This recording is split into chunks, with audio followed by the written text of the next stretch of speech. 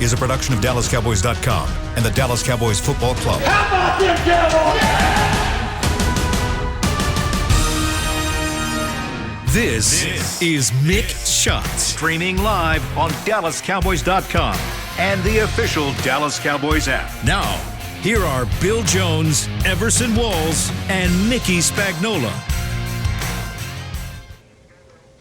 Well, 2 out of 3 ain't bad on a Tuesday. Inside the SWBC Mortgage Studios at Ford Center at the Star in Frisco is Mickey Spagnola. But where is Everson Walls? Yeah. I am Bill Jones inside my own studio. Everson had a prior commitment. I think he was doing some judging for a school thing. Okay. I think it's he's volunteering to do something. So. Yep. I didn't know if the NFL decided that he needed to stay out of his own personal SWBC mortgage studio until tomorrow. Right. They'll open back the facility again. I like your opening. 2 out of 3 ain't bad. Was that like a Meatloaf song or something? It was something like that. That's right. Yeah. And in fact, it could apply to the Cowboys' schedule going forward. If the Cowboys were to take 2 out of 3 coming up here, and it would be, of course, at Baltimore. We'll get into the rescheduling on that next Tuesday, tentatively right now. And then at Cincinnati and San Francisco. Can you imagine where the Cowboys will be in the NFC East standings if they can just win 2 out of the next 3 games, Mickey? They probably would. They could very well be in first place by themselves if you look at the other teams and who they have to play, right? That's right. That's exactly right. That's what I did late last night after Philly lost to Seattle and dropping them to 3-7-1, just a step ahead of the Cowboys at 3-8. And you've got the Giants and Washington atop the division at 4-7 right now, and I'm searching for it as I speak here. Who do they play this week? It's an ominous schedule for the NFC East this week. Aside from Dallas playing at Baltimore next Tuesday. You have it at your disposal there, Mickey? I do not, can find it in a heartbeat. I can call it up in a minute. You wrote it had down it last and week, then you as a matter lost of it. fact. Oh, man. I wrote it down, and I'm just trying to remember when I wrote it. You know, we had a lot of shows to fill here the last couple of weeks, and I wrote it down to make a huge point, and I guess it was longer ago than I thought, in my big blue Dallas Cowboy notebook here, where I log all the games. So I'm going too far back. But anyway, one of the teams plays the Packers. Anyway, as I find that, it's pretty incredible. I did the math before going to bed last night. I did the math on it. Go ahead, Mickey. The Giants are at Seattle. The Giants are at Seattle. That's a loss. Okay, and Washington, and without their quarterback, although that might help them, Colt McCoy starting. Washington plays Pittsburgh. They're at Pittsburgh. At Pittsburgh. That's right. That's a loss. So let's carry it forward. The Giants then fall to 4-8. Washington falls to 4-8. And what are the Eagles doing? Well, it doesn't matter who the Eagles are playing, right? The Eagles are playing the Saints. Are at the Packers. Okay. Oh, no, I'm sorry. The Packers. Yeah, I got ahead of myself. At the Packers. At the Packers. At the Packers. So they fall to 3-8-1. So let's just say, okay, so if the Cowboys were to shock the world and win at Baltimore, which will now have Lamar Jackson next Tuesday, okay, they would be at 4-8 in a tie with the Giants and Washington for first place. How about that? They would be, all three of them would be 4-8, and Philly would be a half game behind them. But let's just say, just for grins, that Dallas doesn't win that game and they fall to 3-9. Let's take it forward to the next week. Philadelphia plays New Orleans the following week. All right, that's a loss. Let's say they fall to 3-9-1. The Giants play Arizona. Okay? Could be. Arizona, fully capable of beating the Giants. And so they fall to, what would that be, 4-9. Right. Washington plays at San Francisco in Arizona.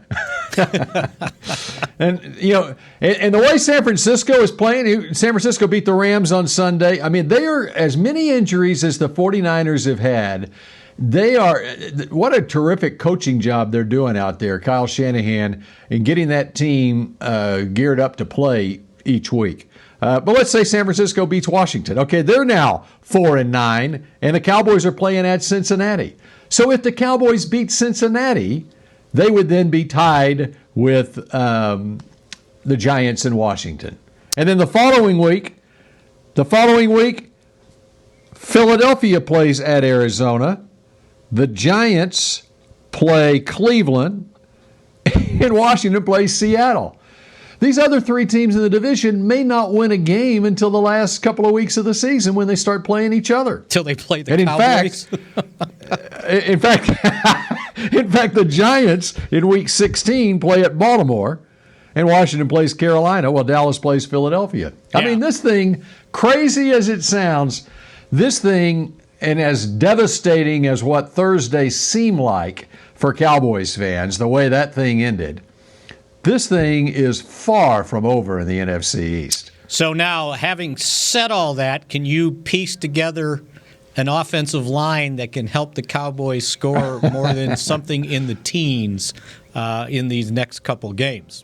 That'll be the key, right? Because chances are they're probably saddled with the same guys they finished the Washington game with going forward in at least these next two games at the tackle position. Okay. All right. Here's what I'm looking at. With the schedule of the NFC East teams, if you can just be within a game going into the last two games against Philadelphia and the Giants. So if you can get Zach Martin back for the last two games, you got a shot to win this division at 5-11. I'm telling you, it's possible. So, and I should have brought my NFL hat today. Because I got a bone to pick with the NFL. Okay. So they've pushed these games back, right, for Baltimore. The Cowboys, they end up playing Tuesday, right? It's a night game at Baltimore. Mm-hmm. Okay. And then the next game they play is at Cincinnati on Sunday. So 2 road games in a row, right? 2 games within 6 days. And if you think about it, since they're playing at Baltimore, a night game on Tuesday, Wednesday's going to be a wash for the Cowboys. Because by the time they get back on their charter flight, it'll be 3 o'clock in the morning here, or close to it. So Wednesday's a wash. You got Thursday, Friday. Saturday, you're flying to Cincinnati. All right?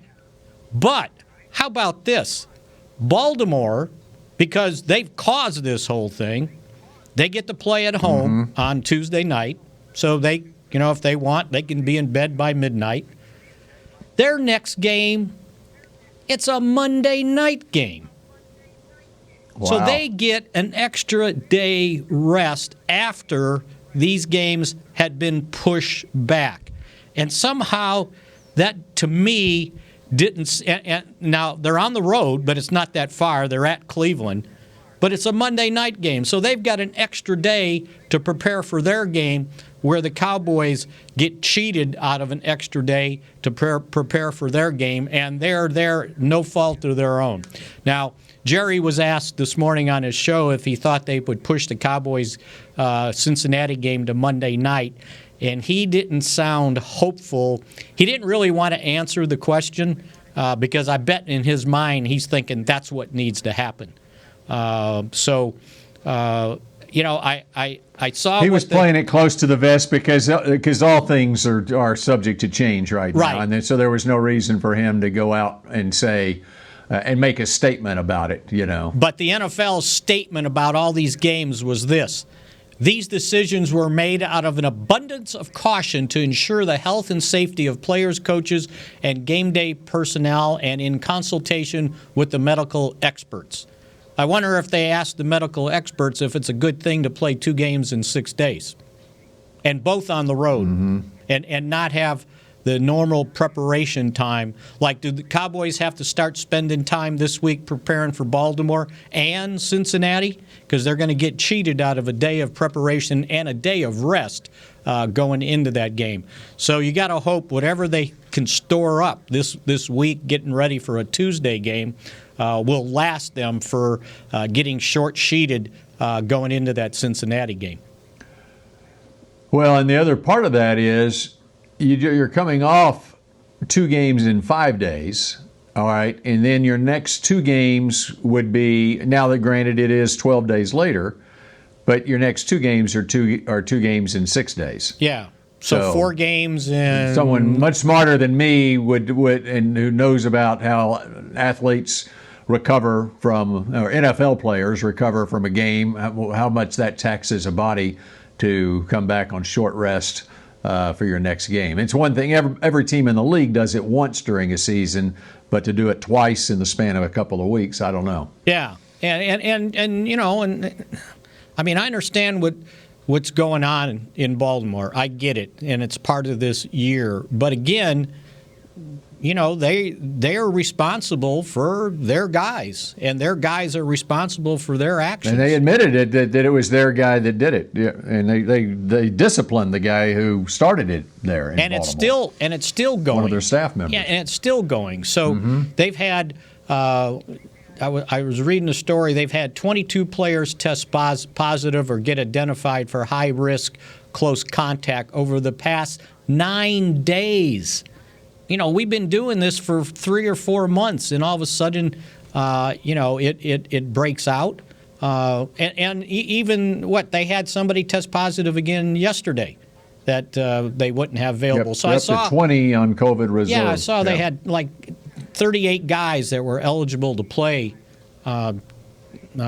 I guess I was going to say tomorrow. Yeah, tomorrow night's Wednesday, right? I've lost track of the days and the order of things, but it's an afternoon game because the White House.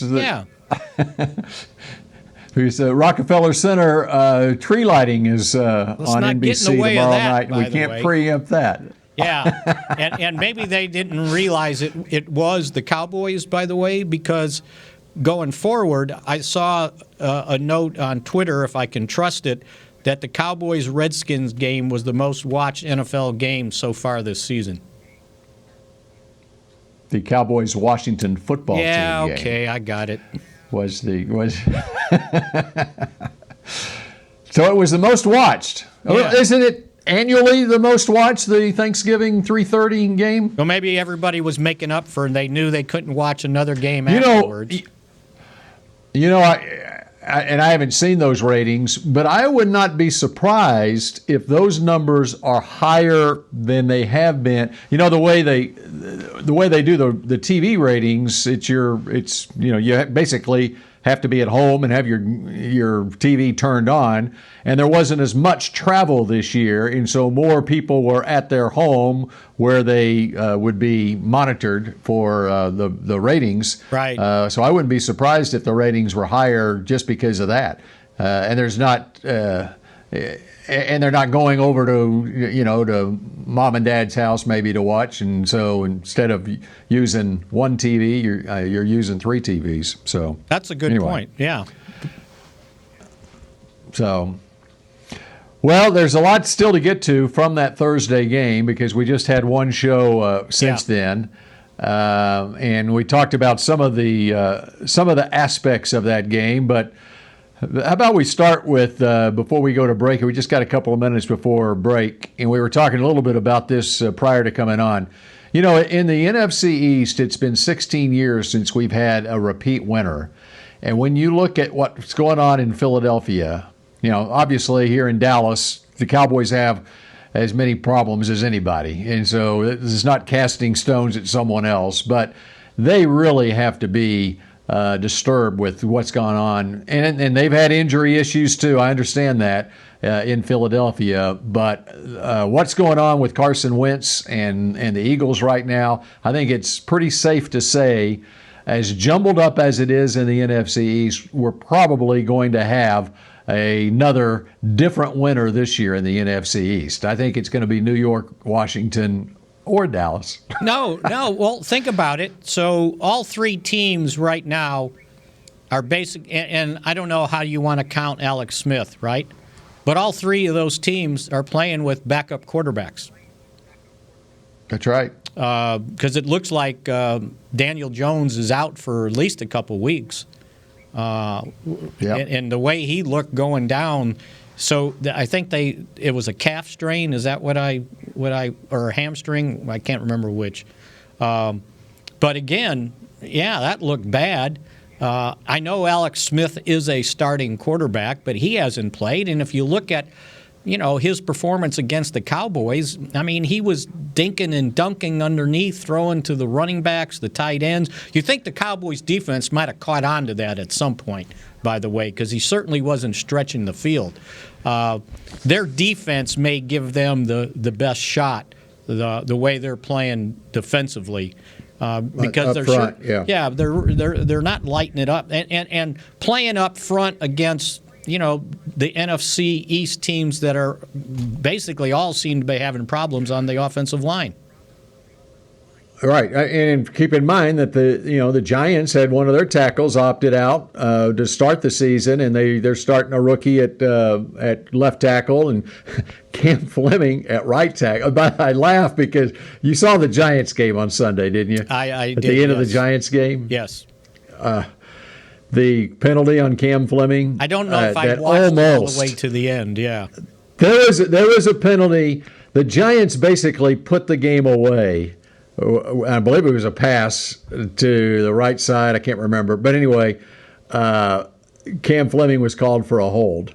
It was away from the play, and I thought of you and your love for Cam Fleming at that point. And now, as it turned out, they wound up winning the game anyway. But they came close to losing because of the Cam Fleming holding call. And because I think, I can't even remember the specifics of it. But anyway, but they've had issues on their offensive line. Yeah, Washington might be the healthiest on their offensive line, but they're still they lost Trent Williams, who was their mainstay. He's now in elsewhere, and so. And then Philly and Dallas, it's been well documented the injury issues on both offensive lines there. So can't have enough offensive so much tackles. more to get. Okay, and I want to go back to that 37-yard touchdown run when we come back here on Mick Shots in just a moment. Hey there, Cowboys fans. With Tide Cleaners at-home pickup and delivery, cleaning your clothes has never been more convenient. Simply sign up at your local store, set out your dirty clothes, and one of our Tide Cleaners professionals will come directly to your home for a totally contactless experience. Your clean garments will be returned promptly the next scheduled delivery day, so skip the errand and enjoy life, not laundry. Visit TideCleaners.com or your local store to sign up for Tide Cleaners at-home pickup and delivery today. The Cowboys way, where 16 Hall of Famers and 5 championships shows us what success looks like. Where turkey is always the second best part of Thanksgiving Day. Where we are all defined by one single thing, the star. Where we as fans know it's our job to keep the tradition going. Bank of America is proud to be the official bank of the Dallas Cowboys and to support the quest of living life the Cowboys way. Copyright 2020, Bank of America Corporation. Grab some OtterBox gear and get ready for hanging with the boys. From rugged venture coolers to tough as nails elevation tumblers, we've got what you need to keep your game day drinks frosty and your football feast ice cold. And with cases, screen protectors, and power accessories, you can defend your phone and stay connected to every play. Gear up at OtterBox.com and amp up the fun of every Cowboys game. That's OtterBox.com. We're back with a tasty treat that's sweeping airwaves and taste buds. It's new Dr. Pepper and Cream Soda. Let's take a listen. Dr. Pepper and Cream Soda's here. A new combo that's music to my ears, okay. Let's play. Cream Soda and Dr. Pepper time. Pour it in a glass of ice. Music to my ears and mouth. New Dr. Pepper and Cream Soda. A delicious duet. Back to Mick Shots. You can now support your beloved Cowboys from anywhere. Open up AT&T's Fan Zone feature inside the Cowboys app and record your personal cheer and referee signals. You'll receive a personalized mosaic and may show up on the AT&T Live FX video board during the game. As we welcome you back here to Mick Shots. And so when you were donning, Mickey, you're donning your referee's hat, it was in regard to what the NFL is doing with the Cowboys schedule, right? Yeah, absolutely. There wasn't something else. No, going I didn't on. see. Okay, I didn't all right. see so you threw a anything flag so on them egregious. for that. Yeah. Okay. All right. I'm still at a loss on the 37-yard touchdown run that put the game away the other day. And, when it happened, I went back on the TV copy, so I'm watching on my back porch because I was socially distancing from my brother-in-law, who was here much too long over the weekend. That was a joke. He exceeded the 48-hour rule. He exceeded the 48-hour rule that is normally in effect. But he thought he could stay because he's already had COVID. Anyway, and he wasn't a threat to me, he thought. Anyway, so I'm on the back porch watching the game, and I see that touchdown run, and I backed it up 4 or 5 times, going, what defense are they in? And then going back and looking at the coach's film on it, I just don't understand it. I do not understand why they would be in that defense in that situation. Third and 6 from the 37, right, with 3:30 left in the game, and Washington hasn't shown a propensity in that game or any time to throw the football to a wide receiver. There's a tight end on the field. There's 2 running backs. They're in 21 personnel. And you've got 6 defensive backs. Jalen Smith is the only linebacker on the field. It didn't appear, I thought maybe on the previous play, did Van Der Esch look like he had hurt himself or anything? I didn't see anything like that. Van Der Esch played over 60 snaps in the game. But even more than that, the alignment is they had a pass rush alignment on the field in that you had at Randy Gregory at right defensive end. Yes. Aldon Smith inside at tackle. Correct. Playing basically a 3 technique. Tyrone Crawford was between the guard and center, basically your 1 technique. And DeMarcus Lawrence as the left defensive end. And you had Jalen come up to the line of scrimmage in front of one of the best guards in the NFL, Brandon Sheriff. And all it took for Sheriff to knock Smith, I mean, he bailed at the time of the snap, but all it took for Sheriff was to get his hands on Smith, and he wasn't going to be able to get over there and stop. But it was a huge hole there to the left of the center, and I'm going, what? And besides the fact that there's no safety help back there, but there was nothing on the second level. And I'm going, why? Why would you have a defense like that in that situation? No, you're absolutely right. And I had written down on my notes 2 running backs, 1 tight end, 1 linebacker, and the linebacker was on the line of scrimmage.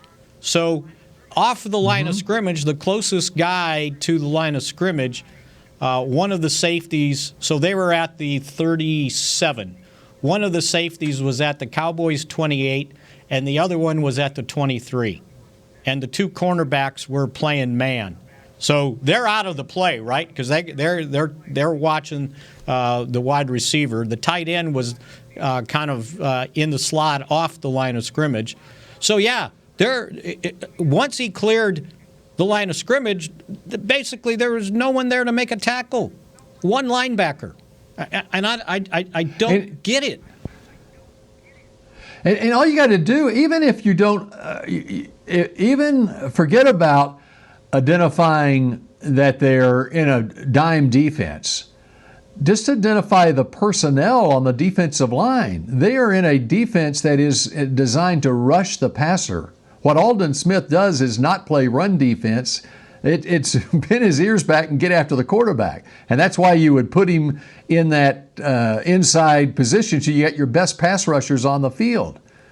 And so, but it made no logical sense from a Washington perspective why they would throw the football in that situation, because they want to run the clock. They don't have Patrick Mahomes at quarterback. Now with Mahomes, as he showed the other day, you can throw to Tyreek Hill and get that first down to end the game, and it's much more effective than running the ball because you've got the best quarterback going right now. Anyway, I was beside myself, and I think, and that it was a game at that point. Still, it was 27-16. So anyway, no, I absolutely agree with you on all that, and I'm not sure where the Cowboys were with their timeouts at that time, but still. I think they had used one. They had used an early timeout, and so they only had two timeouts left. There was two timeouts left. They used the first one on 3rd and 1 at the 43, and then they. Which is all the more reason that they're going to run the ball. Right. You're not going to throw an incompletion and hand them a timeout. And what they did after that first down, 1st and 10 at the Dallas 41, it was Barber up the middle for a yard. Alex Smith scrambled and made sure he stayed in bounds, 3 yards. And 3rd and 6 at the 37, they're going to run it again. And you had, right. Had and, 1, and, 2, and, 3, 4, and if 5, they don't get the first down, 6 DBs on the field. If they don't get the first, yeah, right. And if they don't get the first down, the other reason you're not throwing it, you're not going to take a chance on a sack. Because if you run it and you don't get the first down, you're in field goal range. Right. And you can expand the lead to 14. Or if you want to, you can punt them down and make them drive, 90-something yards. Or you can go for it on 4th down and run again and drain some clock. Mm-hmm. So the personnel on the field, the Washington personnel on the field did not dictate a dime defense. And the situation did not dictate it either. Yeah, absolutely. And I don't know what the research showed that in 3rd and 6, when the other team's up 2 scores, is it 2? Yeah. That they're going to throw the ball? No, they're not going to throw the ball. Mm. It's just. Mm-hmm. And did you hear Jalen Smith yesterday? I just caught pieces of it. I didn't hear the whole thing.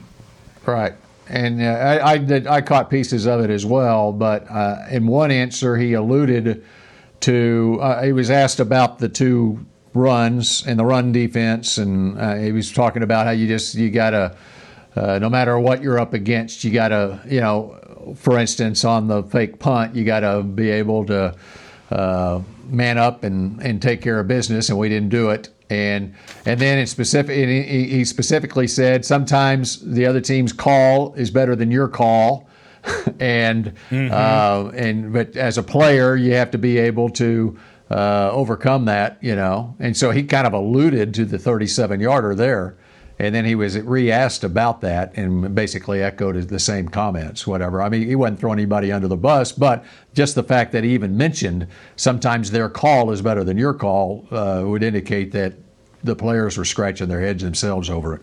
Yeah, and and it was almost kind of similar to what they did on the other touchdown run right after the fake punt that didn't work, right? If I remember correctly, and I've got it right here, it's like they're once again the Cowboys, in their nickel defense. Now it looks like I thought they had 2 tight ends on that play. And I can't tell right away. I've got it up here. They're too small.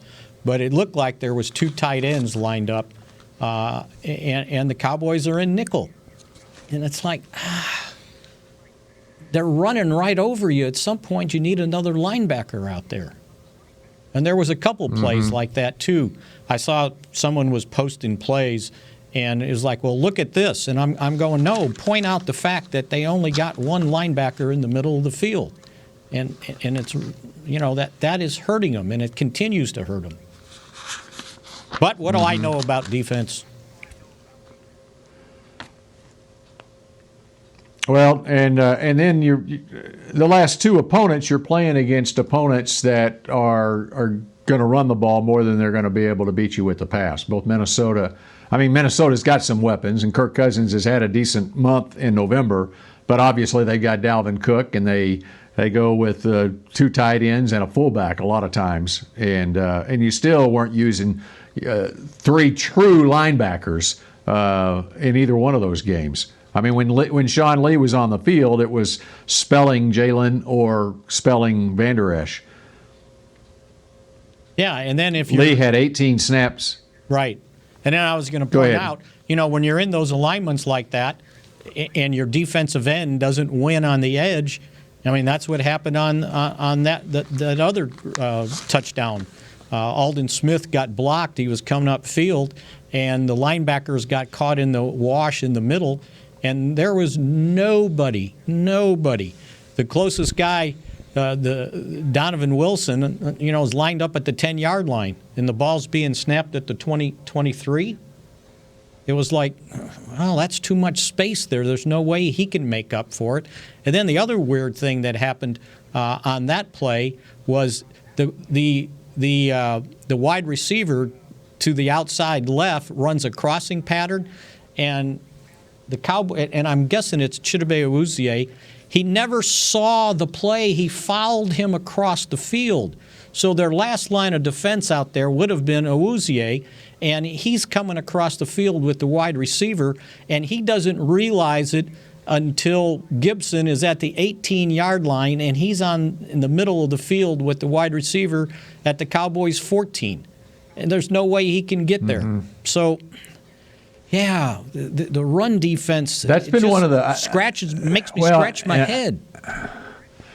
Well, even when they have the right personnel on the field, or when they have two linebackers on the field at least, the Cowboys have had some real issues being able to identify with their eyes and being able to identify where the play is going. And I don't know how much of that is film study, how much of it, I mean, there were a couple of plays in this game where Van Der Esch, it looked like he couldn't see, he got blocked, or his vision got blocked where he couldn't see where the play was going, so he was caught out of position. We're seeing a lot of that this season, a lot more so than what you normally see. Yeah, and it looks like what Washington did basically is they let the defensive end kind of run himself up the field out of the play, and then they double team both of the tackles, and it's clear sailing. And on this touchdown run, the extra guy, which was the nickel guy, Lewis, he's on the other side of the field. So they ran to the weak side, and the Cowboys didn't have enough guys over there, especially when the linebackers, if you had one more linebacker, you could spread out, but they don't like three linebackers on the field. Mm-hmm. And, there's such an emphasis on getting to the quarterback that some of the basics of playing run defense get lost, it seems like. Yeah, especially when where's my notes?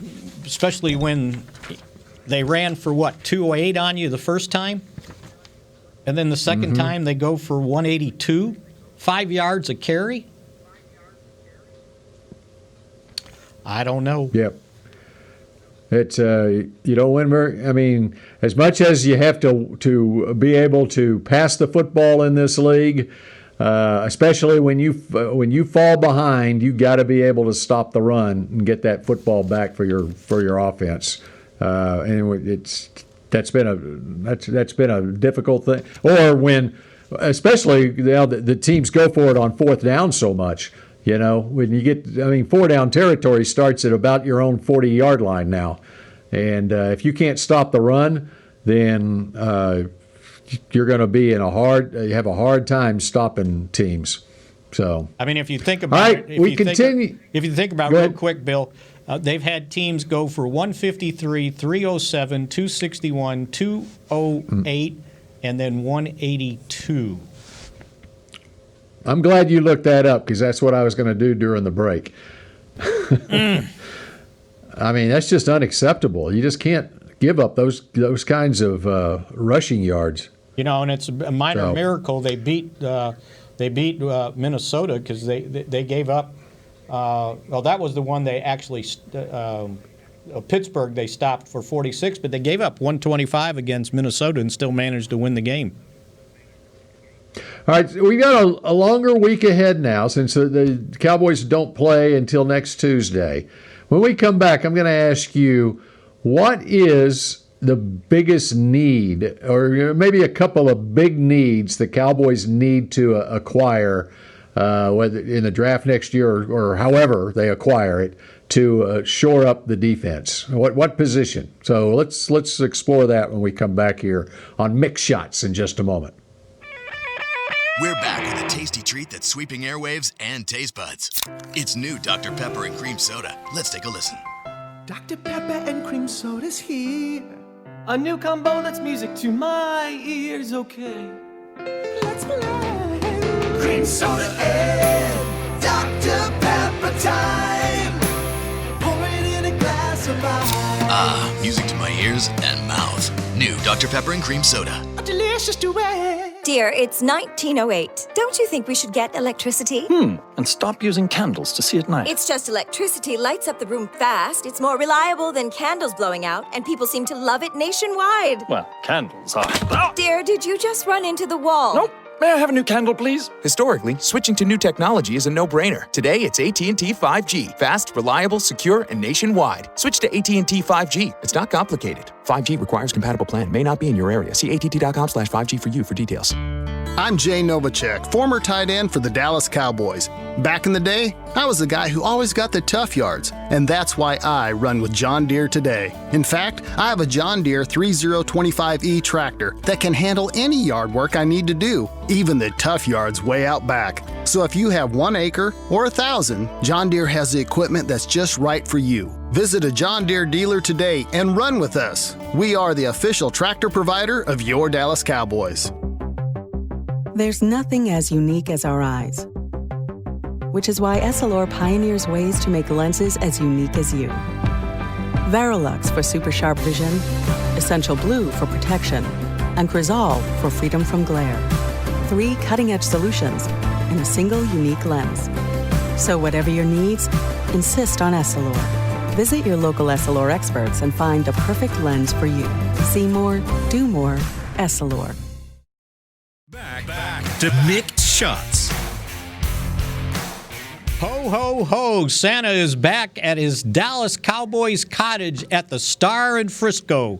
Appointments are available now to take your socially distanced holiday photo with Santa through December 24th. Save $5 when you book by December 4th. Book now at thestarinfrisco.com/Santa. When did you think we were going to have appointments to meet Santa on Christmas? Well, that's what it's come to this year. Yeah. I'm just happy Santa is healthy, and because he falls into that category that he's got to be very careful, and so we need to make sure that he is safe as well. So he'll have protected. He'll have good airflow.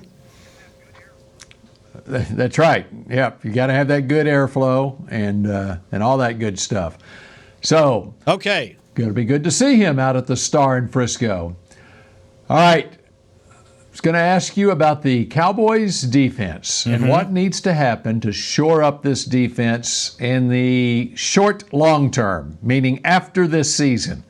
What do you think the biggest needs are on that Cowboys defense? Keeping in mind, and I haven't studied all of it, I just off the top of my head know that there's several of those DBs who are in the final year of their contract, and we know what's going on up front on the defensive line.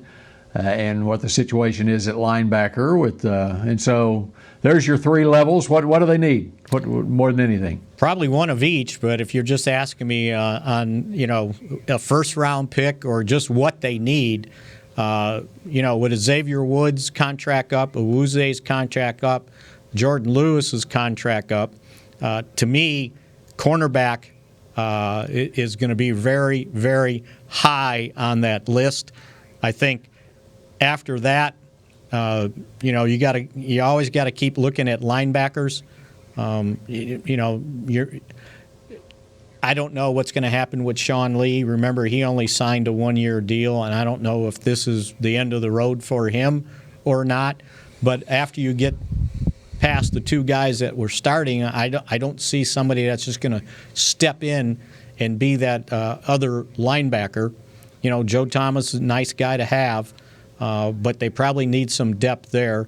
And then the defensive tackle position. I know they spent a third-round pick on Neville Gallimore, but if you're going to create a rotation there, you may need some more help in the middle of that defense where they tend to get exposed.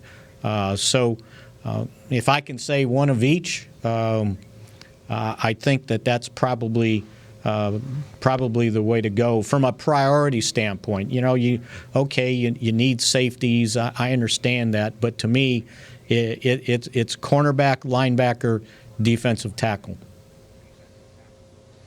The interesting thing at those positions, to find an impact defensive tackle, I'm talking a first-year rookie impact defensive tackle, you almost have to get him in the top 10. I mean, it's got to be that kind of a player who has that kind of athleticism and otherwise. And Gallimore, I think Gallimore was a solid pick in the third round, but he's not going to make that big of an impact. A third rounder is not going to make that big of an impact his rookie year. And now you use him, and Gallimore is going to be good to be used in a rotation and so forth. But if you're looking for really an impact guy, if you've got like a top 10 pick, that's where you might be able to find a guy like that. A corner, you can, if you got a later pick, a corner you can find there. And as far as the linebacker position, I think as much as anything, depending on what scheme that Mike Nolan is running, if you're just going with two of the traditional linebackers, if Jalen Smith is on the team and Van Der Esch are on the team, if you're taking a linebacker in the first round, there's no place for him to play right now, unless they make a big change, and because they had not shown any desire to have three traditional linebackers on the field in this defense. And if you're going to use your base defense as a nickel, then one of those guys in the middle has to be a guy that can create havoc, not somebody that can stand up and hold up against a double team, somebody that can create problems because you've got one less guy close to the line of scrimmage to help you out if you're always in nickel and just two linebackers and sometimes just one linebacker or standing up one on the line of scrimmage. Somebody in the middle has to be just disruptive as hell to be able to control the run. Yeah, I mean, because the one thing that you could do, if there was, I just throw out one of these linebackers who can come in and make an impact. Say you got a mid-first round, 10 to 15 pick, and there's a linebacker that you really like. You can play him starter type snaps in the nickel, but then you got to find a spot for Jalen to get his 60 snaps a game in that nickel defense as a rusher or something. You got to get versatile. Now here's the other thing. Assuming you think Van Der Esch is the guy, with his pass coverage ability. Yeah, and here's the other thing, and if you don't have any semblance of an off season, maybe. If you are sold on Randy Gregory being an every down defensive end, then maybe you can transition Aldon Smith inside and say, you're my 3 technique. Go at it. You know, and he's kind of built like one right now, and he is quick, but he hasn't played that much inside. So that would kind of shore up that position. Then you have the Gallimores and the Antoine Woods to kind of hold up at the one technique. But then again, you need another 3 technique behind whoever is the starter there, and they really don't. Well, you got Tristan Hill also. And Tristan Hill coming back. I forgot about him, yes. And he was somewhat disruptive. You know, I think we forget how well he was playing and how much they miss him in the middle with how active he was and how quick he was. So that would be a good 1-2 punch in the middle there. Yeah, and then the other thing is the Cowboys have never wanted to spend good money on the 30-year-old veteran free agents, but they had to this year with Poe and McCoy, and they both got. McCoy got hurt, and Poe obviously wasn't ready to play, and they got burned there big time. Yeah. In that defensive tackle position. Yeah, and then they tried to nibble at the safety position, and they got burned there. A couple of the veteran free agents that they signed to kind of be hole pluggers didn't plug anything. Right, exactly. They plugged their bank account. and hurt the salary cap, right? There you go. All right, well, that does it. Somehow we filled 45 minutes without Everson Walls. Oh, no. How did Everson is expected back tomorrow. Yes, he is. I don't know. I'm not sure. Okay. All right. Well, very good. And hopefully the Ravens will play as scheduled tomorrow afternoon. They'll be kicking off right when we get off the air tomorrow. They kick off at just after 2:30 Dallas time. We might have to do a pregame segment on that game. That's right. We'll have our Ravens pregame show coming up tomorrow here on Mick Shots. Make it a good Tuesday, and we will see you again on Wednesday at 1:30 for Mick Shots. This has been a production of DallasCowboys.com and the Dallas Cowboys Football Club. How about this?